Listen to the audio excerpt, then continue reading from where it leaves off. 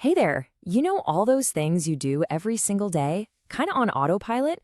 Well, have you ever thought about the grammar behind them? Today, we're going to master the simple present tense. It's basically the key to talking about, well, your everyday life. Seriously, think about it. From the second your alarm goes off to the moment your head hits the pillow, how do you actually talk about all that stuff? That's exactly what we're diving into. So here's our game plan. First, we'll nail down what simple present even is. Then we'll talk about your morning routine, and after that, how to describe someone else's day. We'll even cover asking questions and saying no. And don't worry, we'll wrap it all up with a quick recap so you've got it down pat. All right, first things first. What in the world is the simple present tense?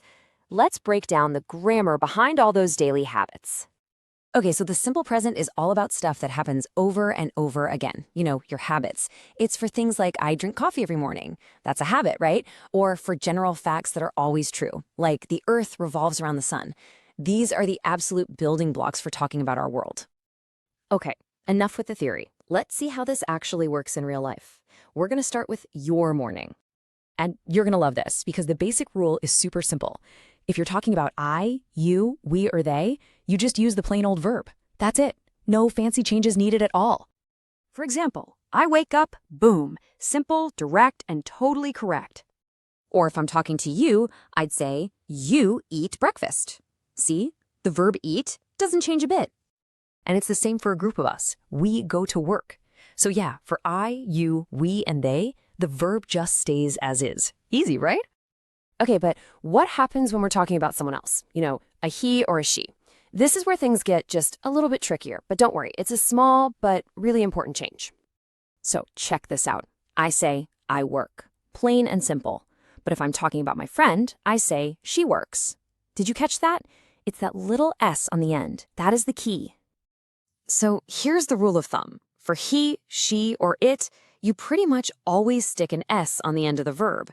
It's a tiny little letter, but it makes all the difference in sounding right. Now, there are a couple of tiny spelling things to watch out for. Most of the time, yeah, just add an s, like works or eats. But if a verb ends with a sound like ch or sh, you add es instead, so it's he watches TV.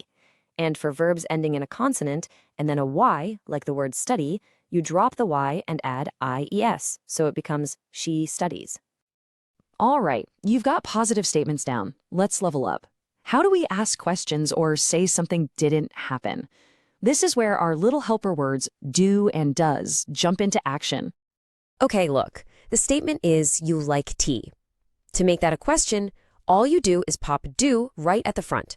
Do you like tea? Simple as that. So the recipe is pretty straightforward. You start with do or does. Then you add the person, you know, the subject.